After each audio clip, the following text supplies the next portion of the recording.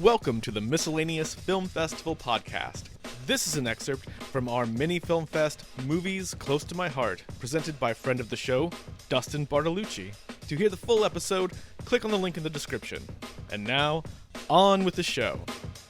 So let's dive in. Let's get into the first movie, After Hours, from 1985, directed by Martin Scorsese, starring Griffin Dunne. The story is basically desperate to escape his mind-numbing routine, uptown Manhattan office worker Paul Hackett ventures downtown and into an unpredictable world of New York after hours. So Griffin Dunne, he's going to be most well known for American Werewolf in London as the person who gets killed at the very beginning. The zombie best friend. Yeah, and he's wonderful in this movie. He is, a part. I don't know why. I think explaining yourself. Every time I try to unify my tastes, like for comedy or for dark art or for sentimental stuff like Spielberg, my theory of everything about myself always just ends up sounding like rationalizations. Mm-hmm. So it's like, I don't think we can actually fully understand what our tastes are. So, there's too many physicists out there that, would like to say, we can unify quantum field theory and gravity. Reading between the lines, it sounds like they just are kind of desperate for the certainty. It's like that congressman said about porn. You like it when you see it. Right. Yes. Yes. That's definitely what I said. Yes, this is true. And including some of the repugnance. Yeah. But, and you brought up Spielberg. When I was reading just Wikipedia about After Hours, it seemed like everybody at the time, everybody in 1985 who was doing anything big in filmmaking was touching this movie somehow. Yes. Like Spielberg was potentially tapped to direct this, and I think did he pass it up to give it to Martin Scorsese? From what I remember reading, your memory is probably fresher than mine, but I know that Scorsese eventually warmed to the script, and it's because he was having a hell of a time getting Last Temptation of Christ filmed. People kept giving him the runaround.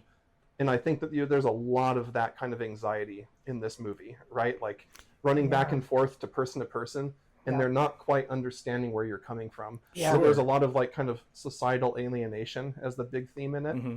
That's wild. You would not link those two, but now that you have, I can absolutely see the parallels there. Yeah, I think there's a lot going on there. And what's interesting? So I've read a lot about people talking about the office worker thing. I agree that he's in kind of a repetitive job. There's even the line that the guy says at the beginning of the movie where he's like, "Oh, I don't want to be a word processor. I have bigger ideas." Right? Like he's about to quit. Yeah. As soon as he has another chance. He commits a social faux pas on Griffin Dunne and it offends him, right? Mm-hmm. But then at the end of the movie, after this kind of Minotaur maze nightmare that he goes through, it's actually the place where he has some sort of predictability and stability. And I think that that's actually something to remember about jobs in general. And this is part of where my economics brain comes from, is mind-numbing work is absolutely a thing. Like no one should try to deny that. But when you have either a bad family life or maybe just a rough upbringing, it's like the one thing that can give you real structure in your life. Oh, yeah. And so I think mind-numbing jobs somewhat get a bad rap compared to like the horror show of some families. So yeah, maybe I'll get into like what happens in this movie. But... Well, it's a guy goes downtown because thinking he'll get a date. Well, he first goes downtown just to read a book. Yes. And the girl approaches him. Yes. Great start. And gives him her number. Yes. And he decides to follow through on it and try and meet up with her and probably hook up. And then the thing I caught in this movie that I didn't like was they made two references to The Wizard of Oz. As in, somebody has been transported to a weird land and they're going on a journey meeting weird characters. Yeah. And it's like, oh, well, that was fun, but really this is Alice in Wonderland. Yeah. Right. Yes. And I think that that's probably just, like, listen, Scorsese may have directed it, but he's not right about everything in his own movies. And, like, it might just be the case that we're smarter on this particular point. And I love Scorsese. I think his lesser works are actually pretty incredible, like the lesser known ones. Mm-hmm. He also has bad movies, but up to... Oh, Shark Tale was great. He was fabulous in that. I forgot about Shark Tale. Don't diss Shark Tale by not mentioning it. I haven't seen it in a long time, but I did see it in theaters, though. I can say that. The eyebrows, man. The eyebrows. But no, so yes, Griffin Dunne, he goes downtown with the hopes of certainly having a date with this girl, but also probably sleeping with her. Yeah. And I mean, it was 99%. Yeah. Absolutely. Dude was not actually interested in getting to know this woman at all. Right. He was just like looking for his first opportunity. Right. Which is why I personally am of two minds about this movie, but keep going. I knew that this would affect you that way. Yeah. I agree with Kristen. I spent this whole movie I spent like the first half of the movie being like red flag, red flag, red flag. This guy. Well, this guy sucks. And I was doing red flag of the ladies. And the second was clearly traumatized, but there he was trying to get laid anyway.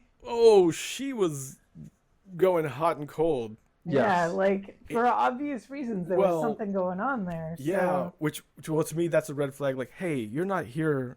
Your intentions are not to be her friend. Yeah. You don't know her. Yep. You can bail and let her take care of herself. Also, she shouldn't rely on you. Yeah. She doesn't know you. Yeah. And you're not get out. Yeah. But the second half of the movie, I was like, It's starting to feel a insane. little misogynistic. Yes. Like, why are all the That's women like half of my notes. like nightmare women who that are just like overly reacting to everything that he does in like really weird ways. and not giving him sex? Yeah. Yeah. Yeah, and So- that's the movie tries to punish him for sticking around long enough and then just bailing on her when he thinks that she's all scarred up, which is fucked up. At least that's how it reads to me. Oh yeah. But then the second half of the movie switches around because the waitress with the beehive hairdo is Terry Garr. insane. Terry Garr, yeah. Who's the other one that he runs into? With Catherine like, the ice O'Hara. cream Yeah. truck? Catherine O'Hara with a fucking blonde. Like, have we Oh, ever she seen was Catherine so O'Hara blonde? cool. Yeah, and then Yes. she's also insane, and like there's like a weird unforgivableness to the way that they're writing women. So Right. I love the idea of it, but I think the movie drove me fucking insane, and I wonder if you figured I would say this because you I got did. this expression. on I your did, face. and like I love you, Chris. You're totally wrong on it. I love you too. No, and I'm because like, yeah, we're gonna disagree on the this one. the gender in this movie, I don't think matters at all. Actually, beyond his initial interest in the first woman. Guys are mostly And- sympathetic, though. Yeah. Guys What? are mostly Yeah, sympathetic. because listen, the bartender, he's a male, he's nuts as well, and there's also a guy at the nightclub who's nuts, the one that wants him to like shave his head to get in. It was Like- Mohawk Night. No, what it was Insano Night for everybody in that part of town.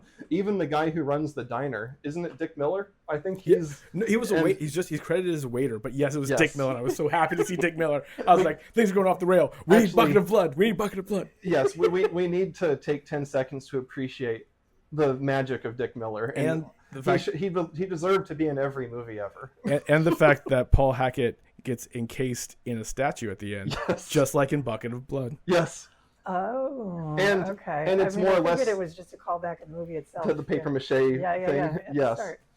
and even the Cheech and Chong characters, they're running Oh. around doing their thing, and so no, I actually think that there's very little gender like commentary in this movie. Yeah, we're gonna I have think to the- agree oh, to disagree. I think the literalist read of it is not what to get out of it. Actually, I think that the real thing is the anxiety of being like the way that you communicate or try to express yourself to people is so alienated to where it just falls completely on deaf ears. And that's the part that I like in Yeah. this movie because it's a universalist point. yeah. You know, we could have cast Griffin Dunn as a female character and the story would have worked just the same. And Yeah, probably that, actually that better for you. part would have worked way better for me if that. Oh, Jason does not agree. No, a young lady who goes downtown and meets That's a guy true, it would and is play out bouncing differently. from one guy to another. There'd be a high level of anxiety in that narrative, Mhm. but also definitely a subtext of much more potential harm. You know, there's a reason I carry mace on me. Like, I haven't Yeah. had to use it yet. Griffin Dunn always seems like he should. That's why I say like red flag, red flag. He should be leaving those situations sooner, Right. but he doesn't because he's partially being led by his dick. Mhm. And that's what drives him to stay longer, to give everyone a little bit more credit, to be kind of sympathetic when he shouldn't. When he Yeah. could save himself a whole lot of trouble, just get $20 or get cab fare somehow, Right. and get out of there at any point in the night. But then he keeps letting himself be led to the next situation. And the motivating factor that drives the story is fucking his dick. That's true. Yeah, I don't agree actually. Okay. I think that the reason he sticks around outside of the first woman, which I forgot her character name, but outside of her, he's just desperate for some kind of shelter. I don't think sex is on his mind at all by the time he gets to Terry Garr and Catherine O'Hara. And of course, there's the male prostitute that's a hilarious part of the movie, where he recounts his night, thinking, and the male prostitute thinks that he's like propositioning him, right? Like he's trying to buy his services. And he's not. He's just looking for a roof over his head at that point. So no, I think that if we can stick with the metaphor, I think the dick shrinks pretty quick after the first woman, and he's just desperate. Because even the cab driver, like, there's zero charity that any of these people actually end up giving him. Yeah, this is where I feel like I didn't jive with the movie, in part because of what I've described, but also what you're describing is the movie that I wish that I'd seen. Because I've had those like late night wandering around from situation to situation things. Right. And sometimes it's like you were describing, Jason, where it's like I'm kind of tenuously making sure that I'm not about to get axe murdered and put in a dumpster. But also it can be a trip and a half. Like you can stumble on these crazy like magical, cities have a billion things going on at night. Oh yeah. Right. And it can be totally random things. And I think that's what I was hoping it would be. And when it wasn't, I was like, oh man, I want to rewrite this so that it's like that. But honestly, I think it's there, Chris. That's not like, I've had nights in Portland where I'm up till 3-4 a.m. Right. Just stumbling from like some random concert out on a street corner somewhere to like some little party with like balloons being bounced all over, like that feel more like a magical, enjoyable kind of thing. This movie feels insane. It is like insane. This movie it's a movie about anxiety. It's supposed to be an anxiety trip for sure. It is. Yeah. And that's, now that you pointed it out, I'm like, okay, I see it. Yeah. I get that and part. I find anxiety humor to be absolutely hilarious. A lot of my favorite comedies happen to be super darkly tinged. Oh, it's farce. Oh, totally. It's everything. I was looking. My initial notes for this were, I would call this a comedy of chaos or anxiety comedy. And the more I looked into it, like, that's just what farce is. Yeah. It's just a mounting catastrophe with things going worse and worse and worse. Yeah. And I genuinely thought that he would die at the end for a moment. I actually appreciated that he didn't. Me too. Like there was a kind of, because that would have been like the darkest cherry on top. Too easy. Yeah, it would not have been palatable. Yeah. I do feel for the guy a lot, actually. Yeah. What I read was that there was not an ending for the longest time as they were developing it, working on it, and even filming it. And part of where him being encased in paper mache at the end, and then just falling out of the back of a truck, breaking himself out of the paper mache and returning to work.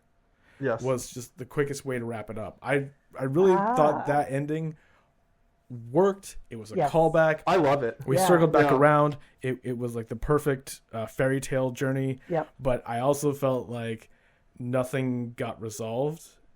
And that's why it was just supposed to be a farce. An anxiety thing where we just need to complete the circle. Right. Yeah. I spoke with another friend of mine about this movie, and he actually wants to interpret it kind of literally, where he actually entered into a magical realm.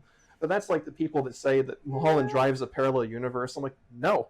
This is like dream logic. Yeah, and it's always such a bummer when people want to interpret it in those very stereotypical ways. I think there's just a certain amount of people that don't want to let their literalism go. And that's fine, but I think that there's a lot more richness if you allow abstraction. 100%. And with After Hours, I also... I think that there's a little bit of Carl Jung at the end where like he steps out into something that is outside of his kind of comfortable, predictable life, right? He steps into a kind of a dark circle and experiences that. And it goes completely wrong for him. He's completely unprepared for what's happening, right? The cab driver screws him over when it could just be super easy, to drive him back home or halfway uptown or whatever, and just pay him back later. But... because his money flies right out the car. Right? I mean, I don't think that would be easy, and that's where your optimism and joy shows. You're showing your hand of like cab drivers can be nice. Oh, I said can be. Listen, you did say can be. There's a whole probability distribution here, and it doesn't look good for Griffin Dunn. But the thing that I see toward his character very often, though, is complete lack of charity. And almost a disinterest in even what his point of view is. And I think that's why lived experience is both a good thing and a bad thing when you bring it as an audience member into a movie. Lived experience can color the layers of the movie that you're watching and actually reduces them down. So I'm actually someone who tries to be, I mean, Chris may have told you this, I might be overly analytical. And I mean, partially that's my job. I'm a computer programmer, but so I'm not too different from Griffin Dunn. He was a word processor, but lived experience is, I think, extremely important. But I actually think the point of art is to get other people's experiences rather than injecting necessarily your own.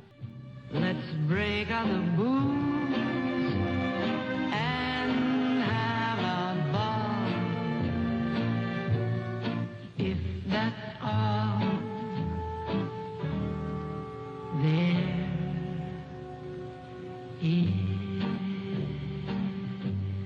I've said a bit. I want to hear you. Oh yeah. I mean, I've had enough nights, and they mostly blend together because I'm drunk out of my ass on those nights. So. This is a great time to bring up Please. that if you want to become a Patreon sponsor of the Miscellaneous Film Festival podcast, you can buy Kristen a keg or several. Or a case of beer. Those are the only levels of donation we have. That's it.